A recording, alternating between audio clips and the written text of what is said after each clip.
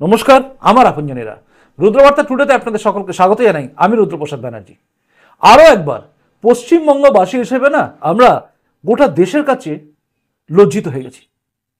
আমাদের এই লজ্জার কারণ হচ্ছে মহুয়া মৈত্র। এর আগেও মহুয়া মৈত্র এমন কিছু কথাবার্তা বলেছেন, মা কালীকে নিয়ে এমন কিছু করেছেন, আমরা লজ্জিত হয়েছি। তারপরে ওই পাসওয়ার্ড দিয়ে দেওয়া এই কেসটাও হয়েছে।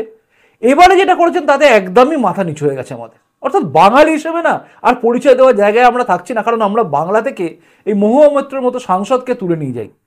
নদিয়ার এই সাংসদ হয়ে যাওয়া মহুয়া মৈত্র ভুলেই গেছেন যে তিনি একজন মহিলা, আর একজন মহিলাকে কিভাবে তিনি অপমান করছেন। আসলে ঘটনাটা আপনাকে বলি। ঘটনাটা হচ্ছে ন্যাশনাল কমিশন ফর ওমেন অর্থাৎ এনসিডব্লিউ, তার চেয়ারপারসন রেখা শর্মা আজকে উত্তরপ্রদেশের হাতরাসে গিয়েছিলেন। হাতরাসে যে পদপিষ্ঠ হয়ে মানুষ মারা গিয়েছিল না, 121 জন মারা গেছিলেন, সেখানে এই রেখা শর্মা তিনি গিয়েছিলেন।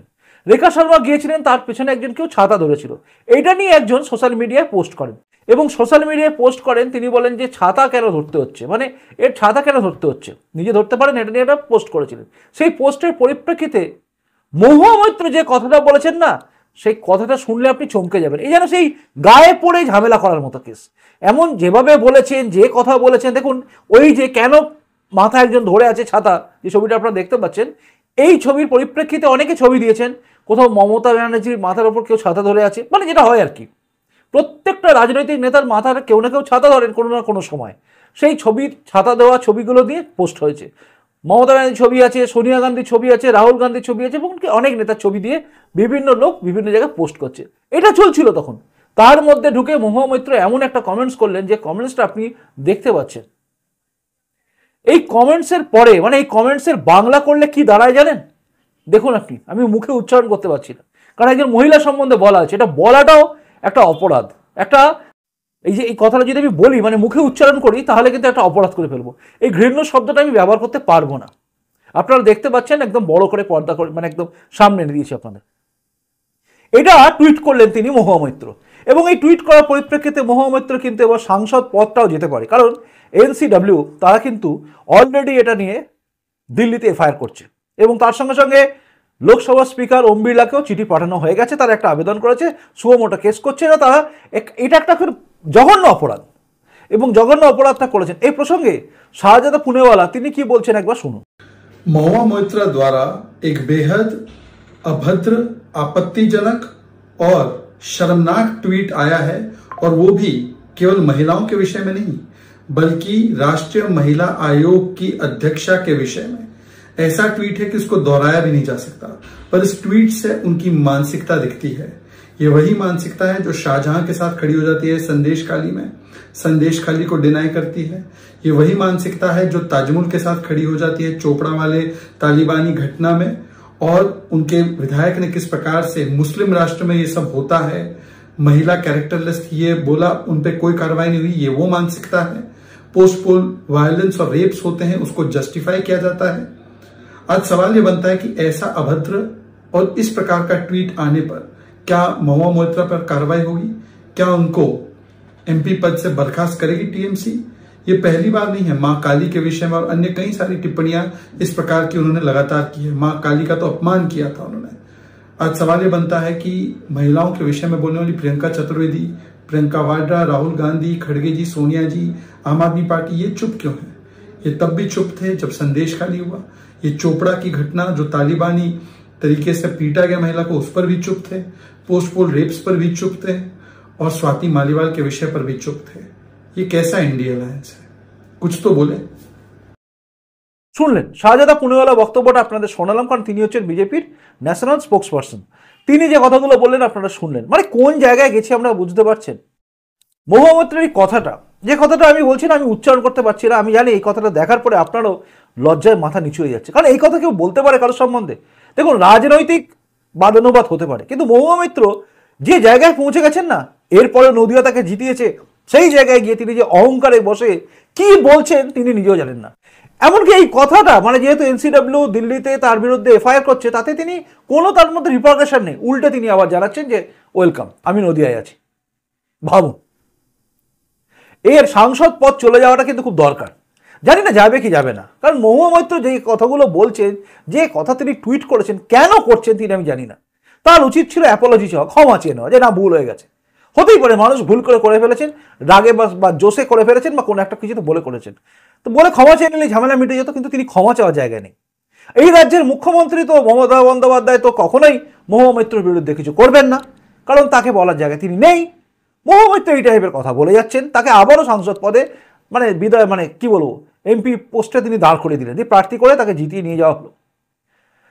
বিজেপির রাজমাতা যদি জিততো, আজকে আর কিছু হোক না হোক, এইরকম লজ্জায় আমাদের পড়তে হতো না।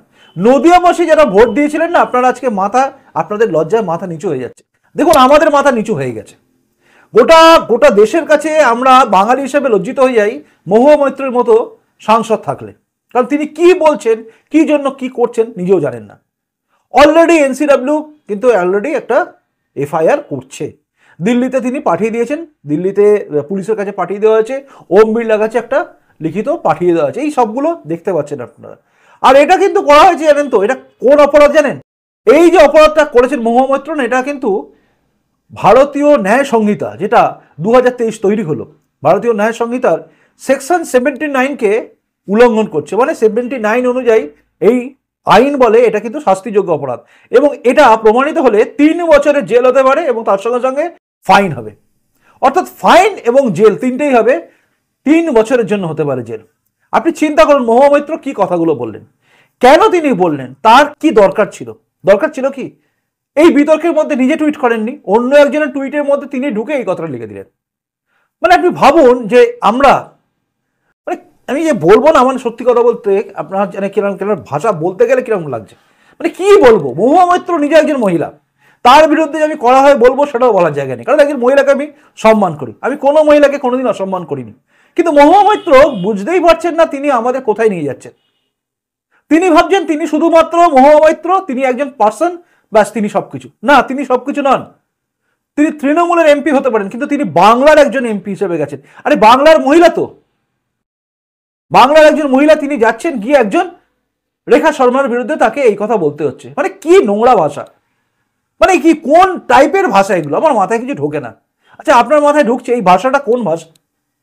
ভাবতে পারছেন মহুয়া মৈত্রের ভাষা? আমার তো মনে হয় আবারও উচিত এই মহুয়া মৈত্র সাংসদ পদটা কেড়ে নেওয়া। একে সত্যি দাঁড় করানো উচিত নয়। এরকম দাঁড়ালে আবার তো বলবে কিছু না কিছু। এর আগেও মহুয়া মৈত্র কিভাবে বলেছিলেন আপনারা জানেন, তার কি হয়েছে না হয়েছে এটা নিয়ে বলেছেন তিনি, আমি ওটা নিয়েও বলিনি, কারণ আমি জানি তিনি তার দুঃখের কথা বলছেন যে মোদিজি ওখানে দুবার গেছেন, তাকে হারাতে পারেননি, আমার সব বাদ গেছে। তার সঙ্গে সঙ্গে তিনি যেসব বলেছেন এটা নিয়ে শফিকুল ইসলাম আরামবাগ টিভিতে বলেছে, আমি আর বলিনি, কারণ আমি এই বিষয়টা থেকে দূরে চলে গেছি। কিন্তু মহুয়া মৈত্রের এই ভাষা, এই যে লেখা, এই লেখার পরে আর কিছু বলার জায়গা থাকে? সত্যি কথা বলতে কি বলুন তো, বাংলার বুকে শিক্ষিত বুদ্ধিজীবী সমাজ বলে একটা সমাজ ছিল অতীতে, শুনতাম যে বুদ্ধিজীবী একটা কি বলবো, বেশ ধোপদুরস্ত একটা কিছু টাইপের মানুষ ছিল, যারা একটু হলেও এসব কথাবার্তা উল্টোপাল্টা কথাবার্তা হলে সেখানে প্রতিবাদ করত। কিন্তু আপাতত তারা শীত ঘুমে চলে গেছে, নাকি তৃণমূলের এই ঘাস ফুলের ঘুমে চলে গেছেন জানি না। তারা যে কোথায় কিসের মধ্যে মুখ ঢুকিয়েছেন জানি না, কার আড়ালে মুখ ঢুকিয়ে রেখেছেন, কোথায় গিয়ে মুখ ঢুকিয়ে রেখেছেন আমরা জানি না, কিন্তু তারা সব গায়েব হয়ে গেছেন। এই ভাষার পরে আমার মনে হয় উচিত বাংলার তথাকথিত যে সমস্ত বুদ্ধি বেঁচে খাওয়া লোকেরা এখনো ভাবেন যে আমরা বুদ্ধিজীবী, বেঁচে খাই না, আমরা ভাড়ায় খাটি না, তাদের উচিত প্রতিবাদ জানানো, এবং প্রতিবাদ জানানো, ঝড়ের বেগে প্রতিবাদ জানানো। আর আপনারা যারা দেখছেন এই প্রতিবেদনটা, আপনাদের কাজ হচ্ছে এটাকে শেয়ার করা, জানুন সমস্ত মানুষ যাতে জানে বোঝে বাংলার বুকে কাদেরকে ভোট দিয়ে আপনারা নিয়ে গেছেন, কাদেরকে ভোট দিয়েছেন বাংলায়।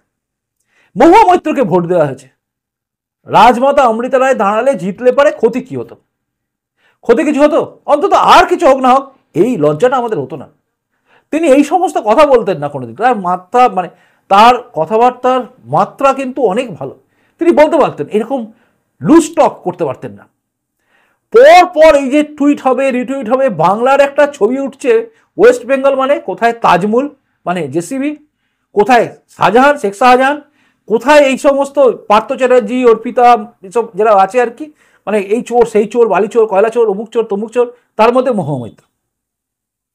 আর কিছু বলার নেই, বাংলার একদম শেষ হয়ে গেছে, বাংলার গোষ্ঠী ষষ্ঠী পুজো হয়ে গেছে, আর কিছু করার নেই। এবার আমাদের এইসবই দেখতে হবে। আগামী দিনে হয়তো মা মাসি তুলে গালাগালি শুনতে হবে, যে কেউ না কেউ মা মাসি তুলে সংসদে বসে বলেছেন, দিয়ে গর্বিত হয়ে বাইরে বেরিয়ে এসেছেন। কল্যাণ ব্যানার্জি চু kit kit kit kit kit kit, মানে যা করলেন আর কিছু বলার নেই। আমরা হয়ে গেছি শেষ। বাঙালি আগে ছিল না গর্বিত বাঙালি, আর গর্ব করার জায়গায় বাংলা থাকছে না। ধীরে ধীরে বাংলার না অধঃপতন হচ্ছে, আর শুধুমাত্র এই তৃণমূল দলটার জন্য। বামপন্থীরা ছিল কিন্তু তারা এই জায়গায় নিয়ে যায়নি। একটা মার্জিত ভাষা জ্ঞান ছিল তাদের, তাদের মধ্যে দু একজন বলে ফেললে তাদেরকে বের করে দিত পার্টি থেকে। আর এরা বের করবে কি? এ তো দলনেত্রী মুখ্যমন্ত্রী তিনি শালা বলে ফেলছেন, কোথাও স্লিপ অফ টাং, কোথাও অন্য কিছু বলে ফেলছেন। আরে মহুয়া মৈত্র তো কি বলবো, আর কিছু বলার নেই। যাই হোক, যেটা ভালো বোঝেন আপনারা করুন। যদি মনে হয় প্রতিবেদনটা লাইক করে শেয়ার করা যাবে তাহলে শেয়ার করবেন।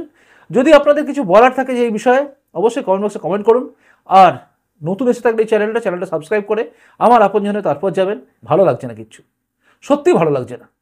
যে বাংলা গোটা দেশকে বন্দে মাতরম দিয়েছে, বন্দে মাতরম ধ্বনি দিয়েছে, যে বাংলা দেশের জাতীয় সঙ্গীত সব কিছু আমাদের বাংলা দিয়েছে, বিপ্লব আমরা এনেছি, সেই বাংলায় আজকে আমরা মহুয়া মৈত্রকে পাঠিয়েছি সংসদে। ভাববেন, যাই হোক, আর কিছু বলবো না। নমস্কার, বন্দে মাতরম, ভারত মাতা জয় হোক, জয় হিন্দ।